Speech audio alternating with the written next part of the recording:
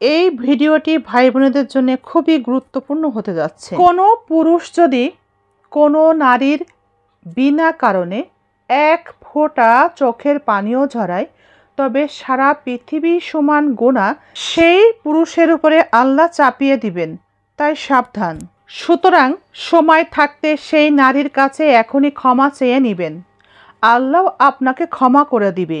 বিবাহিত পুরুষের সাথে কখনো বন্ধুত্ব হয় না, বিবাহিত পুরুষের সাথে কখনো ভালোবাসা হয় না, এটা পরকীয়া। বিবাহিত পুরুষের সাথে যেটা হয় সেটাকে বলে পরকীয়া।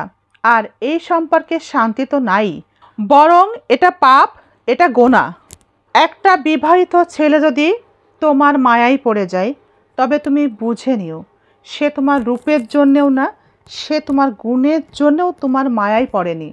সে শুধুমাত্র তোমার মায়ায় পড়েছে একটুখানি মানসিক শান্তির জন্যে। প্রথম স্ত্রী হয়তো তাকে মানসিক কষ্টে রেখেছে, অথবা তাকে ছেড়ে অন্য কোনো সম্পর্কে জড়িয়েছে, তাকে ছেড়ে হয়তো চলেই গিয়েছে। তাই মানসিক শান্তির জন্যে দ্বিতীয়বার সে মায়ায় পড়েছে।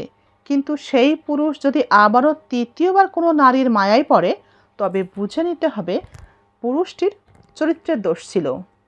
প্রথম সম্পর্কে থাকা মানুষটি যখন মানুষটিকে মানসিক অশান্তিতে রাখে, বিনা কারণে মানসিক অশান্তিতে রাখলেই বুঝে নিতে হবে মানুষটি এখানে সুখ খোঁজে না, সে সুখ খোঁজে অন্য কোনো ব্যক্তি।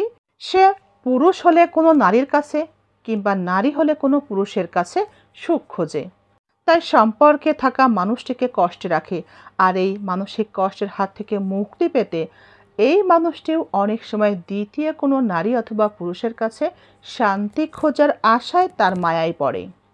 কিন্তু যদি সেখানে তৃতীয় কোনো ব্যক্তির মায়ায় পুনরায় আবার পড়ে, তবে সে নারী হোক অথবা পুরুষ, উভয়েরই চরিত্রের দোষ ছিল। অতীত এবং বর্তমানে সবটাই ছিল তাদের পুরাটাই অভিনয়। চরিত্রের সমস্যা আছে যে নারী অথবা যে পুরুষের। তবে নতুন নারীর সন্ধান পেলে পুরুষের প্রথম সম্পর্ক ভাঙতে 2 মিনিটও সময় লাগে না। একজন চরিত্রহীন নারীর ক্ষেত্রেও তাই। প্রথম স্বামীর সাথে দ্বিতীয়বার তার জীবনে আসা পুরুষের তুলনা করে সে অনায়াসে ঘর সংসার ভেঙে দ্বিতীয় পুরুষের সাথে হাত ধরে চলে যেতে দ্বিধাবোধ করে না। চরিত্র ঠিক না থাকা পুরুষ যদি জীবনে নতুন নারীর সন্ধান পায়, তবে 2 বছর না 20 বছরের সম্পর্ক ভেঙেও সেই নারীর কাছে যেতে দ্বিতীয়বার ভাবে না।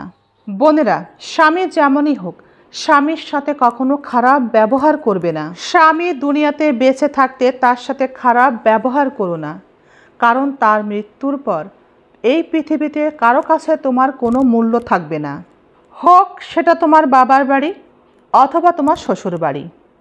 আমরা যে যাই বলি না কেন, এটাই সত্য, ডিভোর্স কখনো দুজনের সম্মতিতে হয় না। ডিভোর্সে একটা নারী হেরে যায় অথবা একজন পুরুষ হেরে যায়, সন্তান তো হেরেই যায়।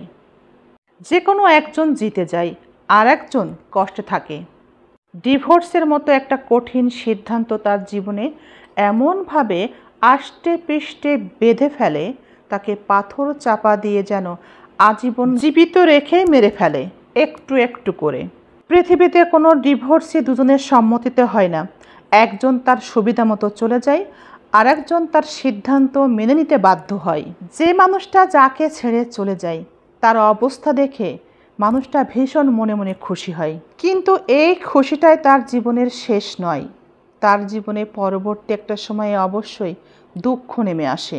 তখন সে প্রকাশ করতে না পারলেও অতীতের কথা মনে করে ভিতরে ভিতরে কষ্ট পায়। পরকীয়া সম্পর্কে নারী থাকুক আর পুরুষই থাকুক, কখনো তারা পরবর্তীতে সুখে থাকে না। পরকীয়া করে চলে যাওয়া নারীগুলো পরবর্তীতে খুব সুখে শান্তিতে সংসার করতে পারে না, বরং তাদেরকে সেখান থেকে ফিরে আসতে হয়, না হলে সেটাই ভোগ করতে হয়। কিন্তু পুরুষের ক্ষেত্রে কি হয়?